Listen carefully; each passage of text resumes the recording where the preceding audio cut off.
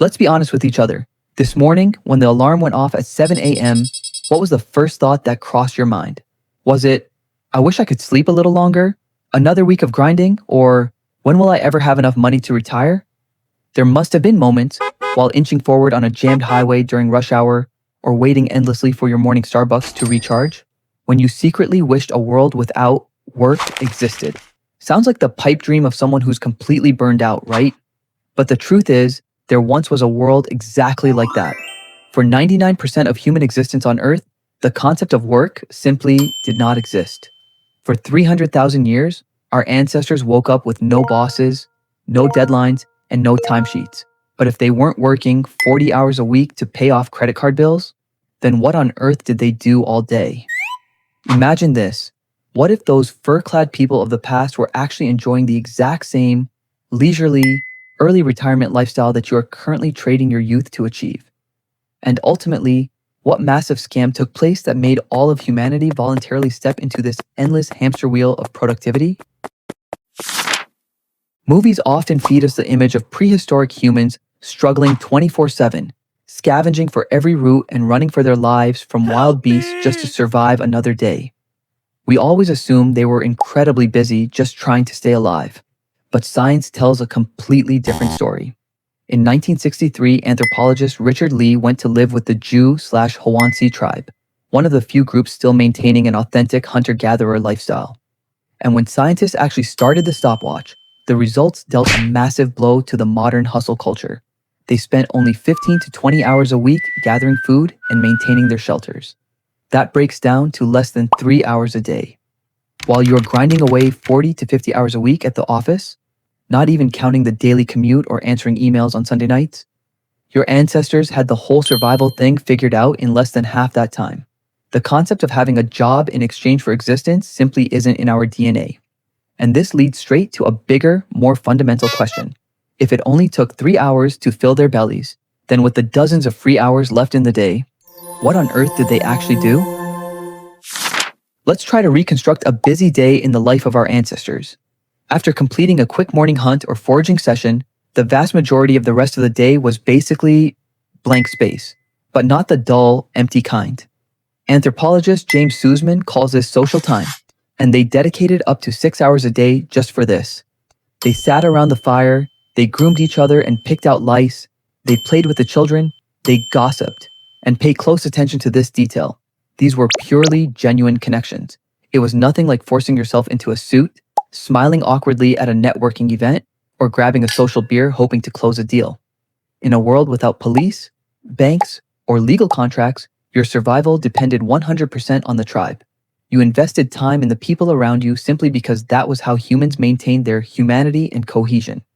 And when the sun went down, 81% of campfire conversations shifted to storytelling. Myths about ancestors, jokes, imaginary adventures, things your brain can only conjure up when your belly is full and your body feels perfectly safe.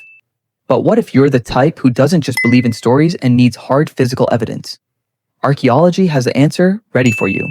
In 2008, in Germany, researchers found a flute carved from a vulture bone dating back 40,000 years. It had 5 finger holes with perfectly calculated spacing. Whoever made it definitely had to understand music theory and pitch, and most importantly, they had to spend hours, maybe even days, of just sitting in a cave meticulously carving it.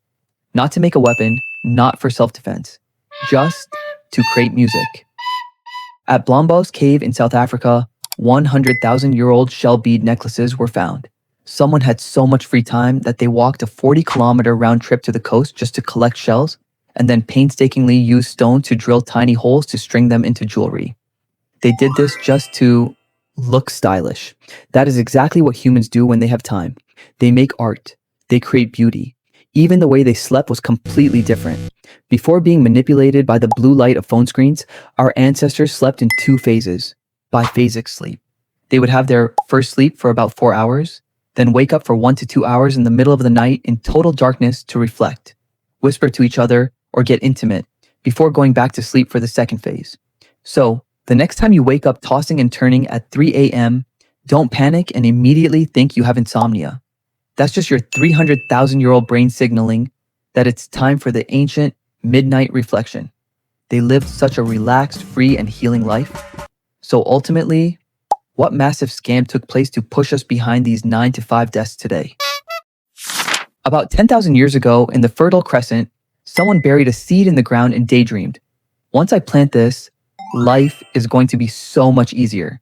Spoiler alert, it was a scam of the century. Agriculture initially sounded like a perfect startup pitch. Having a field meant feeding more people. But that was also the fatal flaw. More food led to a population boom, and a booming population demanded even more fields. Humanity was officially locked into an endless grinding loop with no undo button.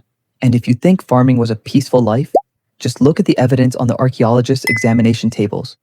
When they placed a skeleton of an early farmer right next to a hunter-gatherer, the disparity is a literal shock. The bones of our nomadic ancestors were tall, robust, with near pristine teeth. Meanwhile, the skeletons of the farmers who came after were significantly shorter. Their teeth were riddled with cavities from overloading on grain carbohydrates. Their spines and joints showed severe inflammation and degeneration from decades of bending over to work the land under the scorching sun. Agriculture didn't make us healthier. It made us work harder, suffer more, and die younger. But once the wheel of history started turning, it couldn't be stopped. Fields swelled into villages, and villages expanded into cities. As society became overly crowded and complex, it began to divide roles. We couldn't just fend for ourselves anymore. We needed blacksmiths, weavers, and eventually soldiers and administrative bureaucrats. And boom, the concept of a job was officially born. Now, hold on a second. Before you decide to throw your laptop straight out the window and pack your bags to go off the grid to find your true self, we need a dose of harsh reality. Living in the wild isn't some chill, coffee-sipping camping vlog like the ones you watch online. Our ancestors' freedom came at a steep price. Remember, the world 300,000 years ago had no air conditioning, no Uber Eats delivering hot soup to your cave, and most importantly, no antibiotics. A tiny scratch while foraging, or a winter illness when the wild game migrated away, was enough to make you log off from Earth permanently.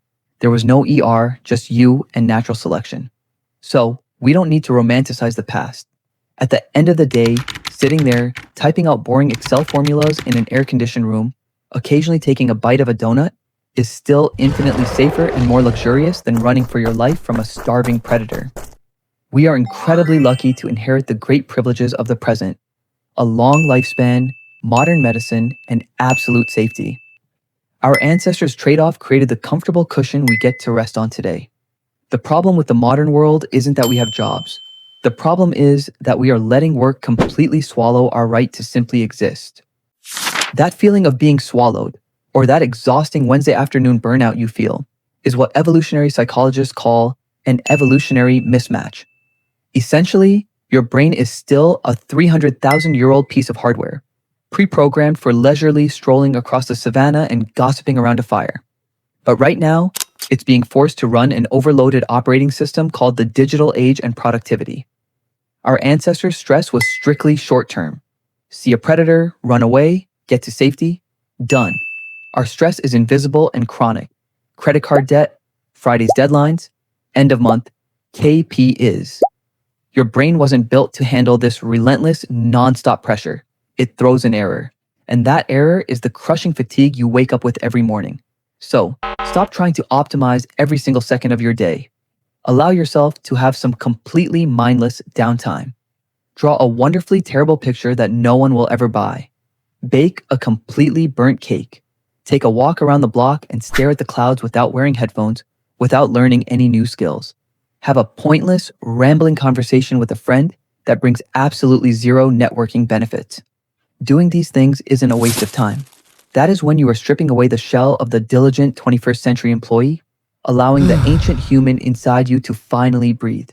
You don't have to work yourself to the bone your whole life just hoping for the day you can retire and start living.